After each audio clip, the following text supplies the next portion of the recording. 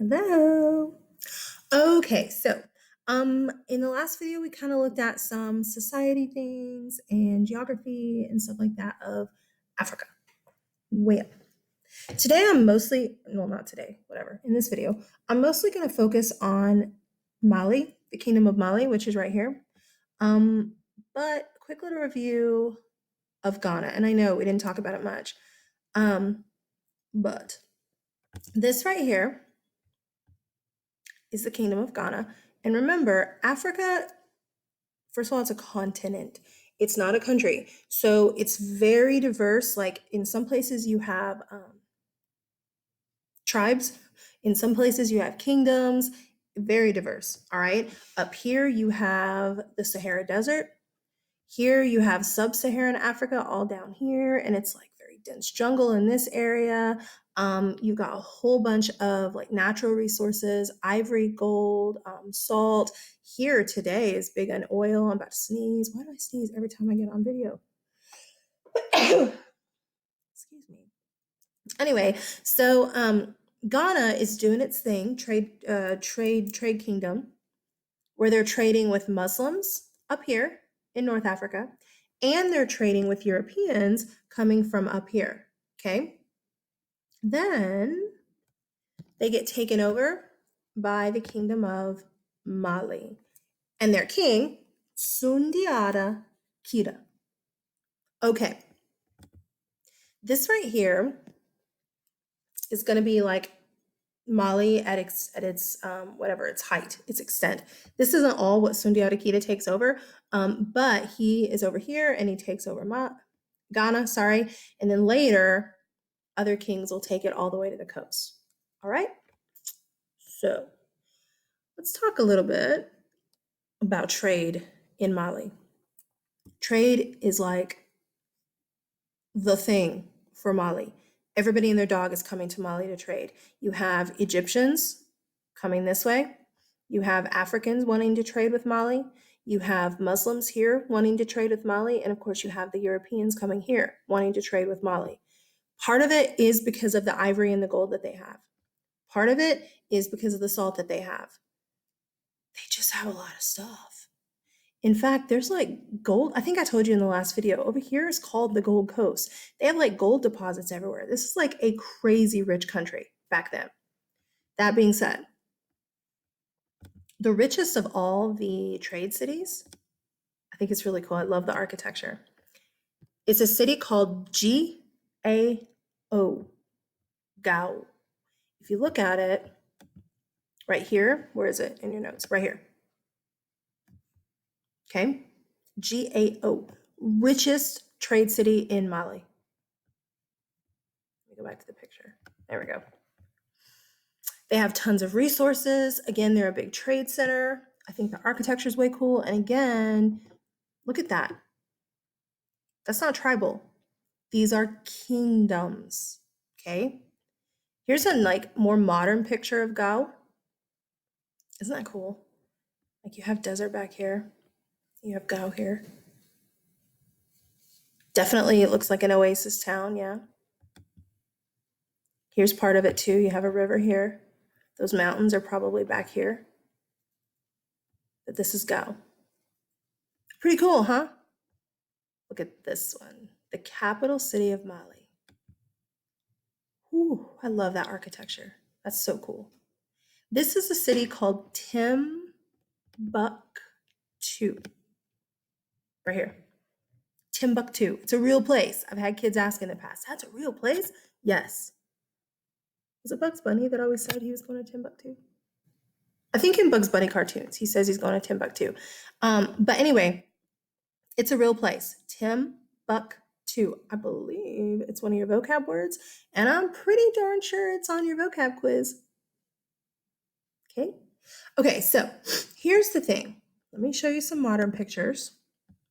That's obviously like older, but here's some of what Timbuktu looks like today. Okay. And look at that. That's cool. Oh, that's not Timbuktu.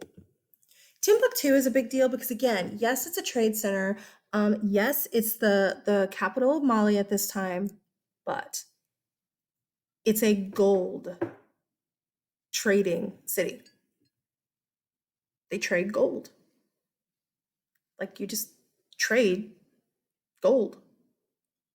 Guys, Mali at this time, y'all, I mean, it's the richest place like in the world at this time.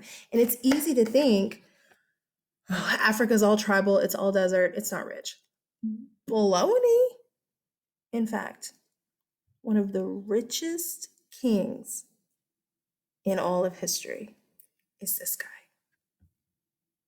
right here. Unfortunately, we don't have great pictures of him either. Kind of like Sundiata Keita, we don't have great ones. This is actually a picture of him, possibly from a map. What you're looking at is a map. That's what all these lines are and stuff. Okay. His name is Mansa Musa. Sometimes you'll hear people say Mansa Musa. Here it is in your notes so you can see it. Mansa Musa. Mansa Musa is going to take over after Sundiata Keita. He's his nephew. I put it here. I couldn't remember. I didn't think it was son. But he takes over afterward. And it's him who's going to come in. He's the one that really takes the kingdom. Let me go back to this map. From here, like being Ghana and Mali, all the way to the coast. He like is a military beast, okay? And it's really him that kind of takes the kingdom from being a kingdom to an empire. Even though technically Sundiata Keita did it, as soon as you conquer something, anything, a tiny bit of land, you're technically an empire. But technically Sundiata Keita did that. But it's really Mansa Musa who builds the empire. That being said, let me show you another picture of Mansa Musa. This right here, it's an old map. I don't know where it comes from. Like I don't know what time period. I'm sure we could look it up. But it's very medieval in style. But this right here is it that we have for him, like from the ancient period. This is a modern painting of Mansa Musa, and it's just how I choose to think about him. He looks cool. And look at this. All his gold. And look at all his gold. And all his gold. And all his people. And this, look at this. That's like feathers. That's so cool. Look at all these people. Do you see these people way back here? These are people, okay? This is a map in the background. There's the city of Timbuktu, all right? What you're seeing here are people, right?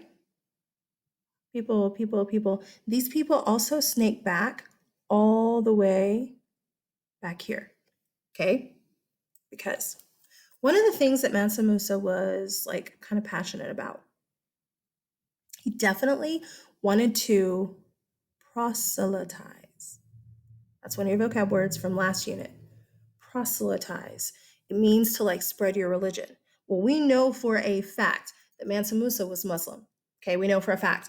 And if you look back at this map, look at the writing.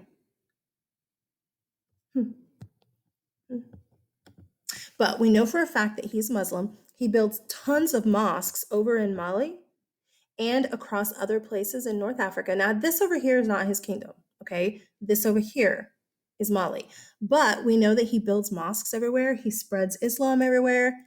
And one of the things that you have to do in your 5 pillars of Islam, do you remember them? You did it last unit. Prayer, fasting, faith, I'm doing them out of order, alms, and the Hajj. H-A-J-J. The Hajj, what is the Hajj? Do you remember? At some point in your life, you have to go from wherever you are over here. Do you remember your pilgrimage? Okay. Well, Mansa Musa, it's time for him to go on his Hajj. Yeah. And there's people who are Muslim, but they can't afford to make this trip. Peasants. So he says, hey, you guys want to go with me? I'll provide for you along the way. Guys, what you're seeing with all these people going from Timbuktu all the way across Egypt, they're on their way over here to Mecca and Medina. They're on their way over here, okay? And the whole point here with this picture is they're going on their Hajj with him. He'll provide for them. He also was giving alms. Do you remember what that is? Like your offering, your what's it called? Charity. You're giving to the poor. He also was giving alms like to everybody and their dog as they went like from city to city. In fact, in Egypt, he gave people so much gold in Cairo in Egypt that he himself caused inflation. He put in so much gold into the economy that he caused inflation. In the long run, it's not really good for Egypt. But I mean, that's just crazy to me that one person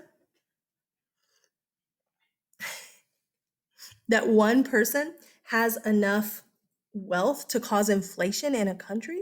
What? Again, sad for Egypt, but whatever. So anyway, he's a big deal. Giving alms to poor people, taking people with him like under his wing on his Hajj, and so people loved him. Not only is he like looked at as a strong conqueror because he conquered all these towns to create this huge empire, but he also was like the richest ruler at this time, and like one of the richest rulers ever. I'd have to look. I think if I remember right, he's in the top 10 ever, but don't quote me on that. I'd have to look it up. But he also was looked at as like a what is it, like a great help or whatever to the poor people because he gave so much. He's a big deal. And this right here shows you his Hajj. Okay, so we have, now this is a modern day map. All right, we have Mali down here. This is the kingdom of Mali, but we have Mali down here. Okay, not kingdom, I'm sorry, this is the modern country of Mali. The kingdom of Mali back then, the empire, would have stretched like this. Okay, but anyway, this right here, like I said, modern. But so he goes on his Hajj. Okay, why does he choose to go this way instead of this way? Man, I don't know. Maybe there was a storm here. I don't know. But he comes this way, comes up. Y'all, did I put it in your notes? I kind of think I did, because little details like that I often put in your notes because I'll forget them. I did. Look at there. Right here. 12,000 slaves he took with him and 60,000 citizens from Mali. That's what did I just do? That's a ton of people to take on your Hajj and to like provide for them. Anyway, but they come up this way. Here they are in Cairo, Egypt, where he causes inflation in the kingdom. And then down here. Okay. And this is where you go. Remember, you had the pictures of the black box thing. And then you come back and he goes a different route. Okay. That's a pretty impressive trek to take for back then. That's not, I mean, that's a long way to go today in like an airplane. Much less back then on a horse with, what was it? I already forgot. 12,000 slaves and 60,000 citizens. That's a lot of people. I'm so bad at math. That's like 72,000 people, and Midland is like 120. So that's a big chunk of Midland. Impressive. So anyway, he goes on his thing. Oh, something else happens though in Mali. Before I switch, since I'm here right now, let me go ahead and do this because I would have come back to his name. Look, we have another guy. His name is pronounced Ibn. It's not Ibn, and it's not Ibn. Ibn Battuta. His name is actually really, really long. Like we could look it up, and it's like really long. But he's known as Ibn Battuta. Ibn Battuta is up here from. He's up here from Morocco. Okay. He's an educated man. He knows the law. All right. He's a North African Muslim. He also needs to go on his Hajj. Okay, just like we've seen with some of the other Muslim men, do we have a good, accurate picture of Ibn Battuta? Nope. Oh man, I forgot I had this picture. This is Mansa Musa. I just think this is a way cool picture. This is also showing you him and all his people. I totally forgot about it. I just think it's a cool picture. I kind of want to paint it. Here we go. So anyway, we don't have like good pictures of Ibn Battuta. This is what we got. Okay. There's some other ones, but I like this one. Ibn Battuta, Moroccan Muslim lawyer. It's time for him to go on his Hajj. He's highly educated. Okay. He also is curious about other peoples. He likes learning about other people groups. So he goes on his Hajj. This is a picture of him in Egypt, I believe is where this is done.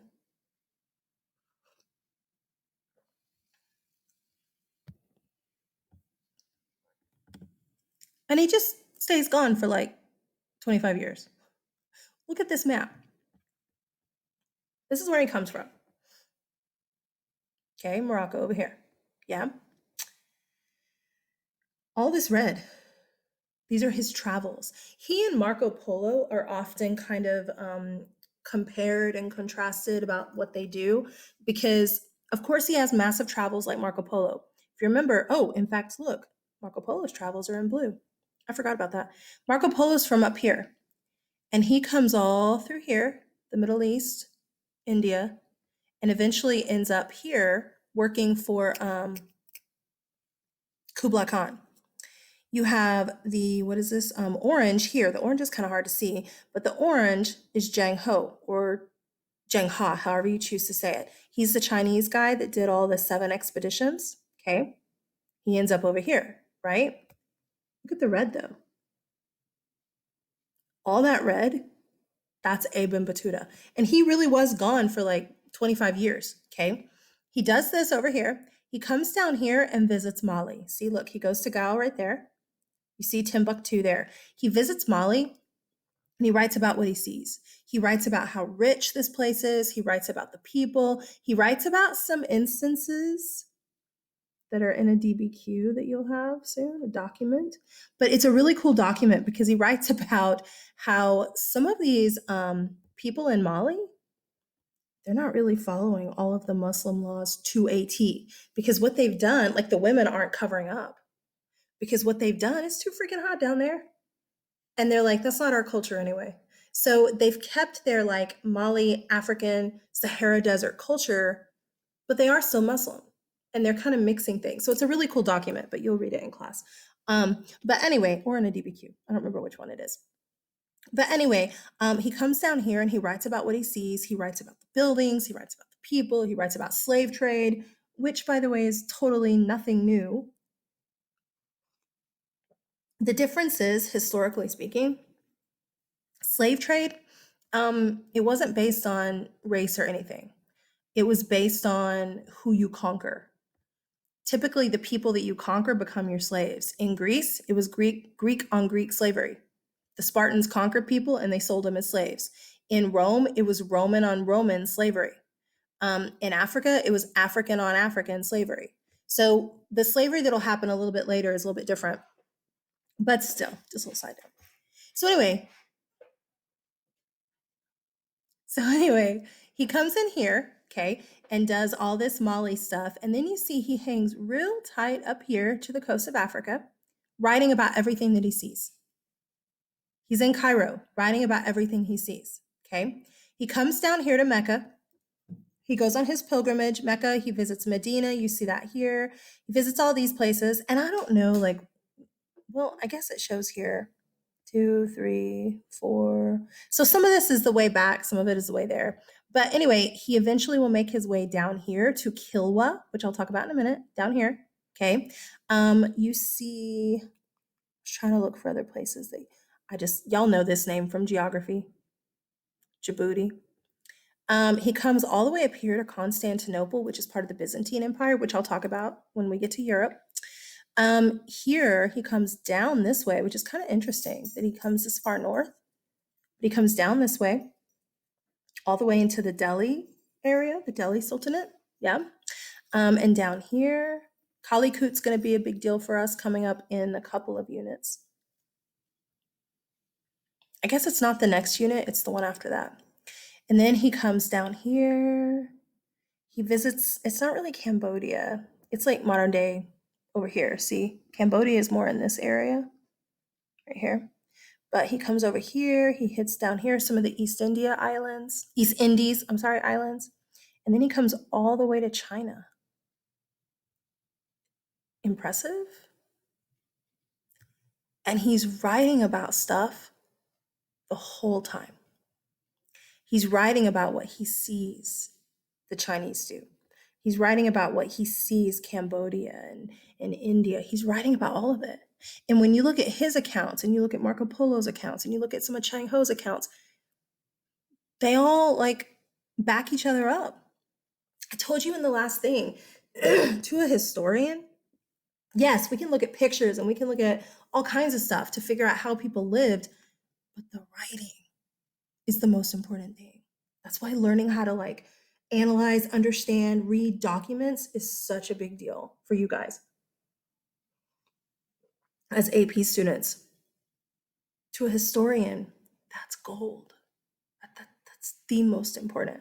So anyway, he writes all this cool stuff down, right? And y'all, you can go get some of his, like you can go get his book, just like you can go get Marco Polo's travels. You can go get these men's books. I would bet, check this out.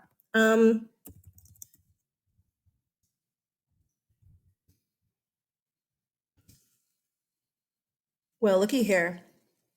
You can go to Amazon and buy The Travels of Ibn Battuta. Look at that. Look at this. Right here. Right here. Now, this is not his. This is about him by Ross. You can go and get it. You can.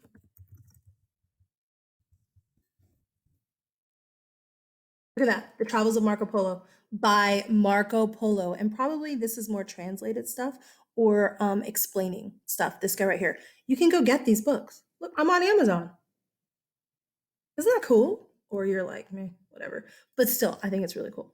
So anyway, good old Aben. Okay, I knew I did that. I knew I put, again, I put specifics in here because I didn't want to forget them. Look at this. When you look at all the miles that he traveled, 73,000 miles. People today don't do that. And we have cars and airplanes. 44 modern countries that he visited. Look at this. He went to North Africa, West Asia, Southeast Asia, that's the Sahara Desert. Think about countries you've been in. We're in 2000 whatever. America. For me, I'm thinking me. Mexico, Germany, Austria, the Netherlands, Slovakia, Hungary, Czech Republic. I'm 42 and I've only been to 8 countries. This guy went to 44 countries. Now, granted, he was on the road. Did I put it up there? Yeah, I was thinking like 25 years. It says 30, whatever. But he was on the road for forever. But still. So pretty impressive. And again, from a historical point of view, the things that he wrote down, the things that he saw, that's like gold. It tells you exactly what people were living like. And I should say this too. He didn't only write about the rich people. Typically in history, you have to be careful because, I mean, it's the way it is. History is told by the winners. Well, who are the winners? Usually the rich. That's the way it is. He writes about the peasants too. He writes about what he sees. Rich, poor, ugly, nice, doesn't matter. So anyway, pretty cool. That being said, let's go back to our pictures. Okay. After Mansa Musa, the Empire of Mali, it's okay for a while, but it does start to slowly decline. Y'all, I told you, every single civilization and every single kingdom and every single empire and Every single country rises and declines and eventually falls. They do. Mali starts to kind of fall. Their height, their golden age was definitely under Mansa Musa, but they do start to fall. And this empire right here, Songhai. And I've heard people say other things. Song How, and I was like, what? How is that? Songhai is what I say, but Songhai. I wonder. Let's do this real fast.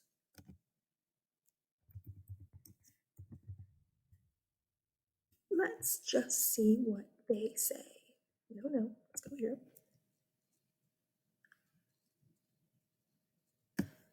Songhai.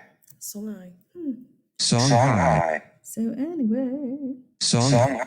So anyway, the Empire of Songhai will take over Mali, and they're gonna like not have all of this like Mali had, but you see they're kind of weird, and they're just gonna like they're weird shaped. They're just gonna continue the trade, the exact same trade that Mali and Ghana had been doing. So same old story, just not quite as cool because Mali's really cool. Okay, I believe that gets us to East Africa. And we'll deal with that in the next video. As soon as I find stop. There it is.